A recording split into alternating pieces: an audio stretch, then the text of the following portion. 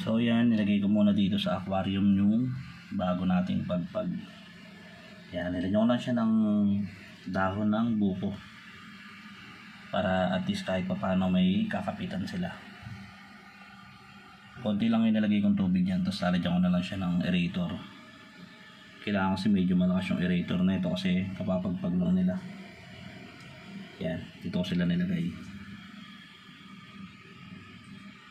So yung iba nandito na sa ilalim. Ayan o, dami nila dyan sa ilalim. Kailangan talaga medyo maganda yung aerator na ito.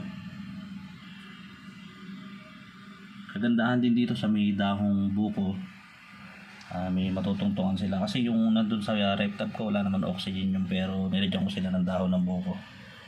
Yun yung advantage ng may natutungtungan sila. So pwede na rin nila maging hide yan. So yun lang, thank you for watching.